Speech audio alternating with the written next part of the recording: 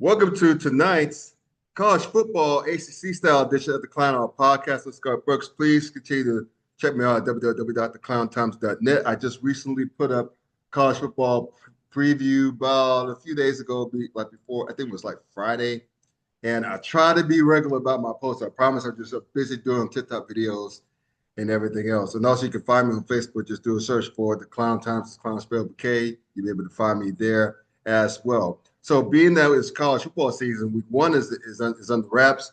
I figure I'd bring back like one of my old pals. Y'all know him from All Sports Discussion, ACC Sports Blog. My man Jeffrey Fann's back in the house talking ACC sports. Writes a great blog with Matthew Warner. So, Jeff, it's good to be back inside with you, man. How you been?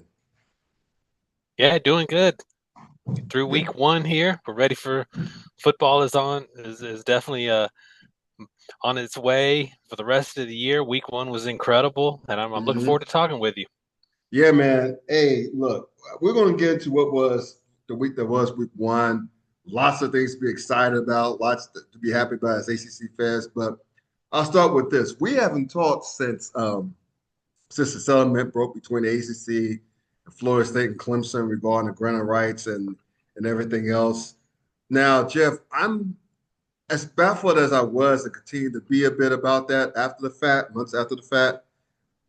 I believe that ESPN stepped into the room, looked at Commissioner Jim Phillips square in the face and said, if you do not settle this, we're not going to extend our media agreement past 2027. It's either that or our commissioner and his deputies are some of the biggest idiots on the face of the earth to capitulate the way that they did the Florida State Clemson. Yeah, I mean, if you're Clemson and Florida State or anyone else, looking to leave the ACC, uh, you're thrilled. I mean, you couldn't got a better Yeah. deal.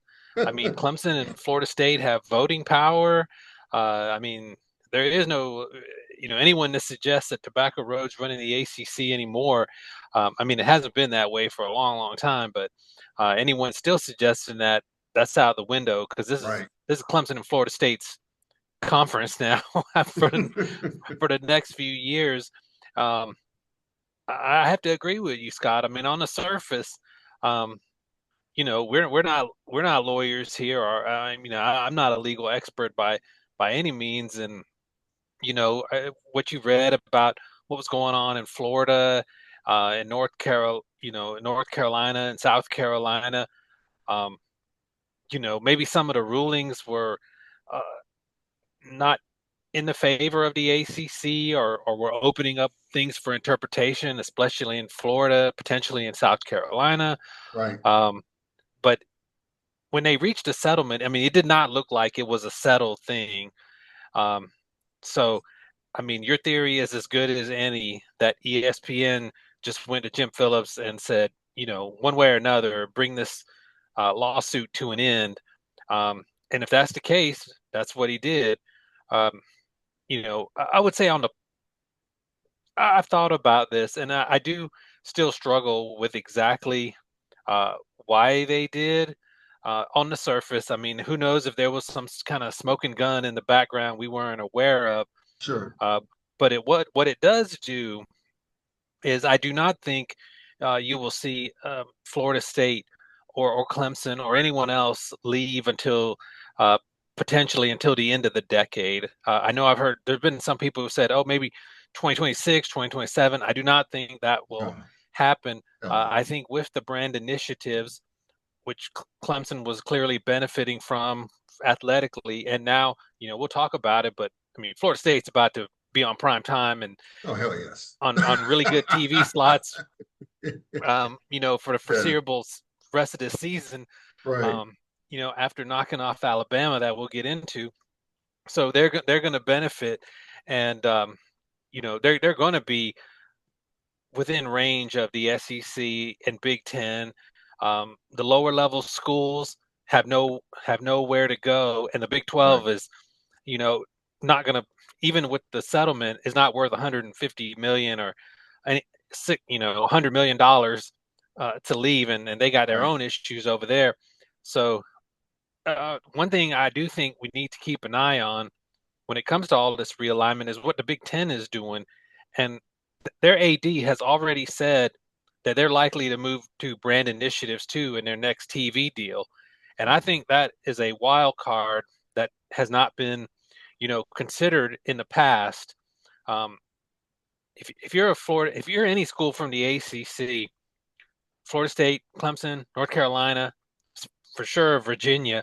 Um, when it comes to joining, if you were to join that conference, you are not going to be one of the top two brands for sure. Mm-mm. Ohio State, Michigan, and probably Penn State, yeah, at best on par with Penn State, and more than yeah, likely, you're going to be trailing those schools. And you always hear, oh, Ohio State's already been rumbling hard, about getting all the big noon games.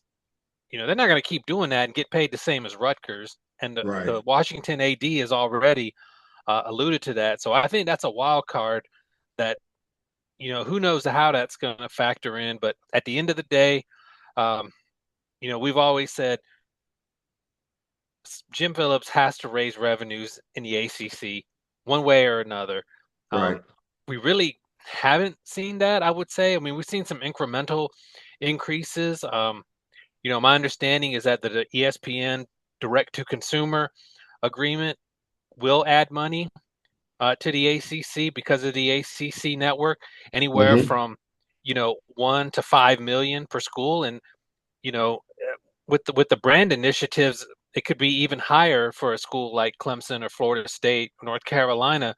Mm-hmm. Um, so, I mean, I think there's still a long way to go until the end of the decade.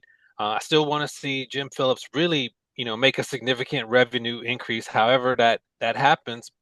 But at the end of the day, he's bought time, and Yeah, if something happens 4 years from now, he can't say he didn't have, a few extra years to try to work something out. But yeah, the settlement, um, on the surface, it is it's hard to understand. Um, but like you said, and that's a reasonable theory as I've heard, is that ESPN said bring it to an end one way or another. I don't care how you do it, just do it, and yeah, the lawsuits are dropped. yeah. And they can feel more secure and extending their agreement past 2027 to 2036. Right. I'll say this, man. You alluded to it, and that's a great point regarding what other conferences may do because I've heard many people say this, and you alluded to it, and I agree with that. Ohio State's going to take a look at after years 1 and 2 of what's going on AC with the brand initiatives and see how much more Florida State and Clemson be raking in. And we'll talk about it in a minute, but the way Florida State look at Miami as well, they're going to be raking in the dough. So they being Ohio State, the Michigans, perhaps the Penn States, maybe Oregon, would look at what the ACC is doing in the next 1 to 2 years, and they're going to think to themselves, "Hey, if we're Ohio State, we're playing all these damn high noon Fox big noon games. We hate them, and if that's the case, we're the marquee draw. Why are we getting paid the same as Booker's in Maryland? Why are Right. we doing this? Michigan, hey, y'all sticking out some of our games on Peacock. Why are you doing the same to Rutgers? Why do we have to take this? Hey, you got to make it out. Wow, we're the branch. We shouldn't be paid the same as I'm picking on Rutgers in Maryland, but still, Northwestern. Yeah. Why? Northwestern. I mean, Northwestern might be the worst P4 team in the country, and they're awful. And I mean, getting paid the same. I mean, when the Big 12 did this in 2010, with their initiative with Texas, it Mhm. might have been ahead of its time. It didn't work. Right, And other schools like Nebraska, or the other Big Ten schools at Texas A&M, they were wanting their equal share. hmm And back then it might have been ahead of its time, but we're 15 years later, 16 years later. You know, college athletics is completely different. And you know, you're Alabama. I mean, you're wondering, why are we getting paid the same as Mississippi State, Vanderbilt, right. Ohio State? Like, why are we getting paid the same as Northwestern? I mean, or Minnesota or Rutgers. And Hmm. I do think you will see um, brand initiatives in the other league because for sure if the Big Ten does it and Ohio State's making X amount of dollars, Alabama and Georgia are saying the same thing. Like, wait a Yeah, minute, our TV right. contract's the same and we're whatever 10, 20 million behind them because we're the guys bringing in the dough to the SEC. We're going to have to look at this too. And I would think they would not be far behind their contracts after the Big Ten Right. coming out. So I think they would do it too. And so I think there's a lot still yet to be. I mean, who knows out the NIL, the super leagues, all this stuff. I mean, 4 years in the college athletics is an eternity. So I mean, Jim Hmm. Phillips bought time. I guess if that was his goal, mission accomplished. Yeah. And we'll put a couple of just in the segment on a couple of things. For one, what's more likely, a super league or more conference realignment in 5 years? That's a great question. I mean, I tend to think that it would probably be realignment more so than the super leagues. Um, but it's kind of a soft lean, like 60-40 or Really? 65-35. Yeah. I tend to think that I was hearing a lot of people saying that the money may not be there as much as Yep. people may think in 2030 because the Big Ten will be up in 2030. And I think the Big 12 is up in 2031 Yep. and the SEC is up in 2034. So Right. I don't know how the money is going to be. So if they're anticipating the money may not be there as much, and I'm pretty sure Peacock, well NBC, and CBS are pretty pissed off that they don't get the good market game, Big Ten games that Fox does. So it's going to be interesting to see how that works out. It's interesting to see how if ESPN is going to pay the Big 12 anymore, despite the fact that they have this many brands in football in the conference right now, the closest being perhaps out of Utah or Arizona State. So I tend to lean more Super League because of that, like Hmm. relegation, Yep. promotion, relegation with the between the haves and have-nots. But we'll see how that works out. And there's one more question here before we move on to the week that was week one, the ACC. I tend to believe that the biggest beneficiaries, of this settlement with the ACC, Florida State and Clemson, or North Carolina and Miami, especially North Carolina, they're considered the brand, the athletic brand. They're considered the jewel because North Carolina is a state. It resides in the state, one of the fastest growing states in the country. I think the eighth largest in population in the country. They're a big athletic brand. They're a big academic brand. And that's a state where neither the Big Ten nor the SEC have a footprint, prime real estate. Hmm. So I believe it actually, I just go ahead and ask. Well, I just go ahead and say, and I ask you this. I believe the teams, the schools that's going to be moving are not going to be Florida State or Clemson. It's going to be North Carolina. Um, because Clemson, neither Clemson nor Florida State have the AAU designation that the Big Ten requires. Number one. And number two, for the SEC, they're already in the states of Florida and South Carolina. They don't need them. And even more importantly, those SEC schools do not want to recruit against them in conference. Out of conference is one thing, but in conference is a totally different animal. So that's why I think that the school to keep an eye on would be North Carolina because both the SEC and the Big Ten would love to have them. Hmm. And either it's going to be them and in the combination of either Virginia or Duke, because those three schools have the AAU designation that the Big Ten wants and requires. And in the case of Duke and Carolina, they're the athletic brands that the SEC covers. Again, in the state that they have no presence in. Now, they'll take probably Virginia if Virginia like jumps higher than Duke. But I think the SEC's preference would be Carolina and Duke, and I think the Big Ten's preference would be either UNC and Virginia or UNC and Duke. What were your thoughts on that? Yeah, I mean it's wide open on that. I mean, from afar, I mean it looks like the Big Ten. wants to go south, and the SEC wants to move north or potentially west.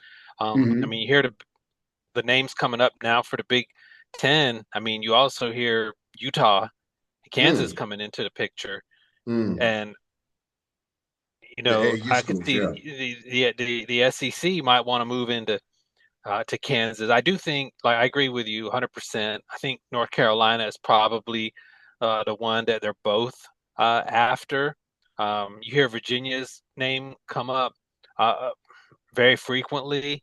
Um, I think Georgia Tech's resurgence has made them again very interesting to the Big Ten, Yeah. especially being in the Atlanta metro area, South AAU academic school.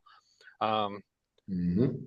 you know, and what you said about Clemson and Florida State maybe not being first, I mean, historically, that has been the case. The biggest brands of the conferences have not been the first ones to go. I mean, even in the ACC, Maryland Maryland went. was Yeah. was the first to go. Not Yeah. Clemson, not Florida State, not North Carolina, Maryland.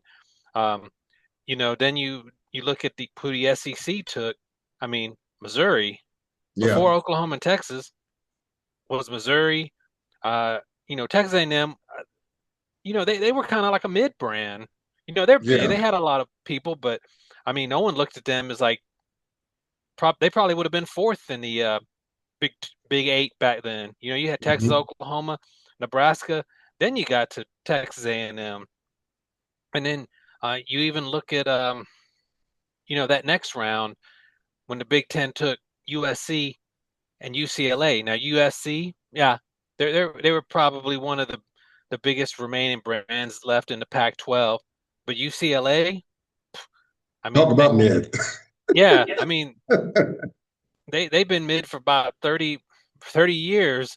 Other than a couple runs in basketball, their football team really hasn't done anything. I mean, at that time, Oregon and Washington are bigger football brands. Now they joined later because the Pac-12 fell apart, but it wasn't like the first choice. So I mean, historically, the biggest brands have not been the first teams to move. So I think that's completely reasonable. Um, that Florida State and Clemson are not the first one. I wouldn't even it wouldn't shock me if if you see the Big Ten take a North Carolina and a Virginia or a Georgia Tech and Clemson and Florida State are like, whoa, wait a minute, we're still here. Um, Hmm. but like we've been saying, I mean, I do think this is a few years down the road, and Jim Phillips got to find a way generate more Yeah. revenue. And we've been saying Right. it probably for like 6 or 7 years. Like, if you don't generate revenue, there's nothing. No one's going to just stay for the stay to just stay. Right. So I hope he's got something in the works. I hadn't really seen it, but I hope something's out there. You gotta have fun because to me, up until this point, he being um, Jim Phillips has to be probably was one of the most feckless, if not the most feckless commissioners in all sports. I mean, it's just so disappointing. But who knows? Who knows? But again, from what I've seen, I'm not that impressed. But we'll close the show out on this. On the week that was week one in ACC sports. Um, it's hard not to be excited about Florida State, right? I mean, the way Florida State took it to Alabama, the way the Hurricanes eked out a win, got it out a win over who I think is a great Notre Dame team. Look out for them. And your beloved Yellow Jackets. Very impressed with them, Yeah, what they did at Colorado. Overcoming 3 turnovers in the first quarter to win on the road. right. And that Colorado team is not bad at all. I don't care what anybody says. But is it safe to say that Florida State is back? Because Florida State, the ACC needs Florida State, Miami to be good at the same time. So do you think this is Florida State saying, hey, we're back, we're playing our proverbial spear in the in the middle of the room, would be taken seriously? I mean, they definitely couldn't have been worse than they were last year during that Yeah. 2-10 year. So I think everybody said they're going to be better, but how much better? Nobody was quite sure. But what they did to Alabama was no fluke, and you know whatever happened with the settlement in the last 2 years. I mean, Florida State is in the ACC right now, and when there's big wins on a resume, it benefits everybody. Right. And they knocked off Alabama. They were impressive. They, Thomas Castellanos made all those comments in the summer, and he backed every bit of them up. Every one of them. And Yes. they were so good at the line of scrimmage, and they mauled Alabama. That was not a fluke. They pushed them all around the entire game, and I do think Alabama's a program in decline. There's no question about it. I mean, we've seen it over the Hmm. years when a dynasty starts crumbling. You know, um, it always goes the same. They start winning 10 games, they start losing games they shouldn't, and then it ends up in a coaching change at some point. And Alabama might as well. It may end up in that position as well with Kalen DeBoer. But we saw it last year. I mean, they lost to Vanderbilt. They really got beat up bad by Oklahoma, a bad Oklahoma team. Yes. And that was an Oklahoma team, I think, that went 6-7 Yeah. or The 7-6. I quarterback couldn't throw the can't ball. remember, Right. but that was not a good Oklahoma team. So I don't think we can quite say, Florida State's going to make a run at the national title, but they were so dominant in that game that they're going to be a factor now in the ACC. They're really good at the line of scrimmage. Um, I mean, I originally maybe had their ceiling as like 9-3, and now I feel like their floor is 8-4. They're going to be Yeah. somewhere around 8-4 to 10-2. Still got a lot of difficult games, but they're Right. good. They're a really solid team, and that was really great from you know for Norvell and that program and that fan base um, to go out on a national stage and do that. And then Miami, super impressive. Yeah. I mean, Notre Dame at the lines of scrimmage might be as good as any team in the country outside of Ohio State and LSU. I Yeah. mean, both lines. I mean, they're going to run over people all year long. And how Jeremiah Love didn't get more carries in that game was surprising. But Yeah. a lot of it had to do with Miami getting out in front and kind of taking them out of their game. And Miami, they didn't maul Notre Dame. I think Notre Dame can't be mauled at the line of scrimmage by anyone, but they definitely held their own. And Carson Beck looked really comfortable. Mhm. Miami's got receivers like they haven't had in years. And, Miami is, if I was ranking teams right now, it would be Ohio State, LSU, and the Miami Hurricanes. And, Mario Cristobal almost, coached him out of a win. He got way Again. conservative. He did again. Again. But Dude. but his field goal kicker bailed him out. His defensive line bailed him out. Yeah. And they got something really going on there in Coral Gables. And then the last one you mentioned, Georgia Tech. Um, after those 3 turnovers, uh, Brink Keys got a really physical offensive line. I mean, Mhm. that was a revamped Colorado defensive line. A couple of those guys are going to play in the NFL. Transfer from Alabama. I mean, they're pretty good on the defensive line. They're not as explosive, without Travis Hunter and Shedeur Sanders. That's no question. But you go on the road in front of a sold out crowd in Boulder, Colorado, turn it over 3 times, and you outscored them the rest of the way 27-13. Yeah. Yeah, that was a strong win. And Haynes King, I mean, he in my opinion, he's one of the top 2 quarterbacks in the ACC. He's just so tough. He runs so well. Yeah. Um, and I mean, he's picking up right where he left off, last year against Georgia. That offense of Buster Faulkner is going to be a handful for anyone they play, anybody on their schedule. I don't care if it's Clemson, Georgia. We Mhm. know what they did with Georgia last year. They're gonna cause people problems. Yeah. And you know what, too? I'm eager. I'm eager to see what's going to happen with Pitt. Now, people forget that Pitt started the season 7-0 Yep. last year before the injury bug just kicked their asses up and down the roster. including the starting quarterback, offensive linemen. I think the running backs, some of the skill players, some of the defenders as well. So I'm like this: if they stay healthy, if they don't even have to be 100% healthy. If they could be healthy enough, if they could still have their quarterback upright, I think Pitt is the team to look after. And I also think another team to look for is SMU. I know they look rusty against their opponent this past weekend, but to me, we're going to see the real SMU against Baylor.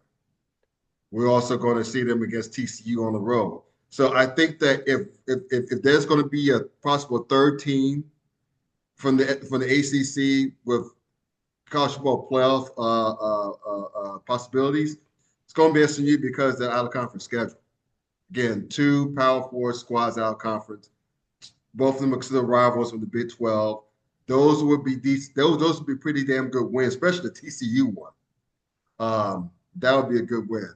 And last but not least, I think that Clemson. Well, I get to Clemson later, but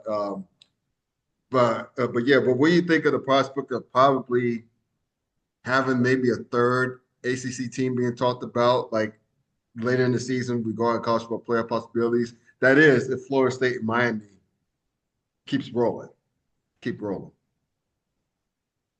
Yeah, I mean, I think there's a number of, teams in the ACC that, that could get in that discussion. And I think, like you said, SMU is one of them.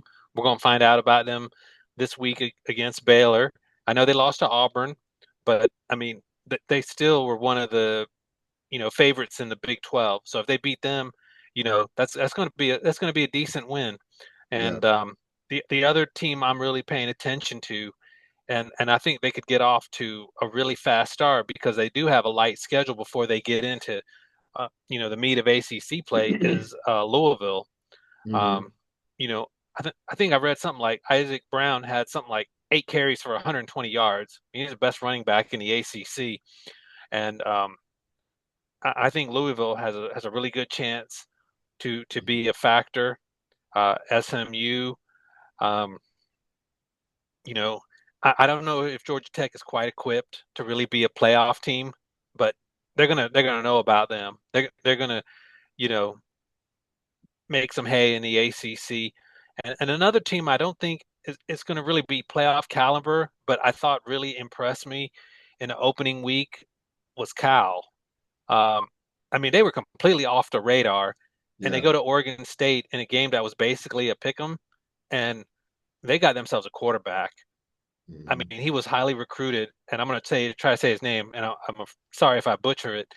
Jaron Kiwi Saga Po Lutili. I AKS for mean, short. yeah, JKS for short. Uh, he can sling it, Mm-hmm. and he was throwing some lasers against Oregon State. And Cal has they have a soft schedule. Uh, but that game was a pick 'em, and they lost Jaden Ott, they lost a bunch of players, and they look like a different team. And that was on the road in Corvallis, which can be a tough place to play. So that's a team I don't, I'm not they're not going to contend for the ACC. Don't get me wrong, Right. but they could win 8 or 9 games and be a lot better than people expect because of how much they've upgraded at quarterback. And Mendoza was not bad last year, and Right. I watched a little bit of that game when I got home. I went to the Clemson LSU game, and I'll talk about that in a second. But I was like, "Whoa, this guy can Yeah. throw it!" Yeah. And I knew he was like a 4 or 5 star that Oregon really wanted bad. But he ended up going to Cal, and yeah, they got a quarterback there. Yeah, for sure. And speaking of Clemson, I get you out of here on two questions, two final questions. One, should Clemson fans panic? Um, I think I honestly I do think it's maybe not panic time, but it's time to be a little bit nervous. Mm-hmm. Um, That's and fair. and the reason is the offense looked like a mess against LSU, and Right. LSU upgraded on defense. They're really athletic, but it wasn't so much that um, that they lost the game, but it was 17-10, and it didn't feel that close. It felt like LSU was really in control of that game. I mean, they had something like over 100 yards more in total, almost Yeah. 100 more rushing yards, double the first downs, and turned it over twice to Clemson's one. And Clemson was trying to drive just a tie and a touchdown that I think probably should have been ruled a catch. At the very Right. least, it was I was about to mention that. controversial. Yeah. Yeah. At the very least, it was a controversial play, and then Clemson did nothing. And I think what you had to be concerned about if you're Clemson, Kate Klubnik, I mean, I could see it from the stands. He would look at a receiver, and that is the guy who he was going to throw it to. His head did not turn at all to like Hmm. progress for who an open man. So if the guy was open, okay, it was a completed pass. But if he was covered, or you know, if there was another guy down the field that was more open, it didn't matter because that's where he was throwing it, and he was bailing out of the pocket sometimes way too soon. Other people have mentioned that he fell into the habit of always going to his right again. And if you're Clemson, you have to wonder about like all the preseason hype that came into the season. I mean, look at the end of the year. They really got thumped by Louisville. Yeah. Louisville just thumped them last year. Kick the asses. I remember that. Yeah. Yeah, absolutely dominated them. And then you beat Citadel. All right, nobody cares about that. But you lose at home to South Carolina, where Lenora Sellers like badly outplayed um, Kate Klubnik. You go into the SMU game. You won the ACC championship, but I think most people felt like Kevin Jennings, outplayed Klubnik in the second half of that game, and Right. almost SMU almost won. And then you go to Texas, and you're basically blown out at that game. And this whole hype, preseason hype of Klubnik and Clemson and everything was based on a second half where you were already out of the game and just had a couple scores to make it cosmetically closer. Right. And I think that's what you have to look at if you're a Clemson. If you're a Clemson fan, is that like, wait a minute, where did all this come from? Because we returned a bunch of starters who honestly didn't really play that well in the second half of last year. And the defense is legit. The Penn State coordinator, Tom Allen, I mean, that defense is going to keep them in a lot of games. But that offense was supposed to be much, much better. And it did not look that way at all against LSU. They couldn't run the ball. I mean, they got a wide receiver who's their starting running back, Adam Randall. And I'm not saying it was his fault. He only had like 5 carries or something. But that offensive line got manhandled. Yeah. And, you know, what happens against Troy isn't going to tell us anything. Then you play Georgia Tech on the road, and we know how they play against ranked teams. That's a dangerous game. You got Florida State later in the year. You got to play on the road at Louisville. You got to play SMU at home. You got to go to South Carolina. I mean, Dabo's got a lot of work to do, or this team's going to go 8-4. I mean, Right. Which I would don't be think a it's quite. down year, severe down year for them. But yeah, I feel what you're saying. It's not a panic. It's not time to press the panic button, but it's already time to be kind of nervous and saying like, we better get this fixed real fast, or we're going to be 1-2 when we leave Atlanta. And one last question. We got 4 minutes left. One last question. Is UNC done? um, yeah. Well, I don't think you'll see Gio Lopez start anymore. Yeah. he was a disaster. I think Max Johnson will probably be the starting quarterback. We'll see, but that was if I'm a North Carolina. Okay, if we were talking about Clemson, I would say I would be a little bit nervous. If I'm a North Carolina fan, I'm hitting the panic button right Yeah. now because they, my, Scott, they didn't just look bad. And TCU, we respect them. That's a good football team, and Yeah. no one is shocked that they would have lose that game. But the reason it's time to hit the panic button is North Carolina looked completely dysfunctional in that game after that first drive. I mean, I was expecting to see highlights of the games of like linemen blocking each other and stuff because I mean there were no holes. On defense, they were TCU looked like they were on a 7-on-7 practice. Hoover was just like thrown in the middle of the field, and there's not a North Carolina defender within like 5 yards. I mean, they're fumbling everything on, there's 2 returns for touchdowns. And yeah, if you're North Carolina, if you don't come out and have some major, major improvement against UNC Charlotte this weekend, I mean, that's a team that could probably go 3-4, 3-9, 4-8, and I'd be hitting the panic button because, I mean, I don't think there was a team in the ACC that looked worse than North Carolina. Not even Stanford, Right. who has a guy who can't even throw a forward pass. At least they look well coached. They just don't have a quarterback. But Right. man, North Carolina, yeah, panic button time right now. So where can people find you on social media?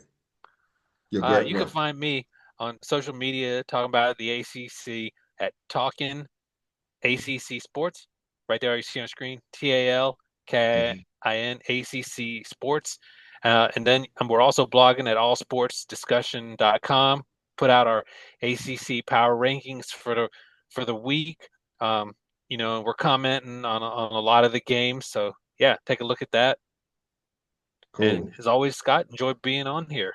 Yes, sir. And enjoy being with you, man. We're going to do this again next week with week 2 and have some fun. So thank you for joining me, man. And thank y'all for tuning into this podcast. So again, check out Jeff Fann of this great work at All Sports Discussion HC Sports Blog and me at www.theclowntimes.net, as well as Facebook. Do a search for The Clown Times. You'll be able to find me there. So until next time, enjoy week 1 of the NFL season as well this weekend. So take care. Yeah. Peace Thanks, out. Scott.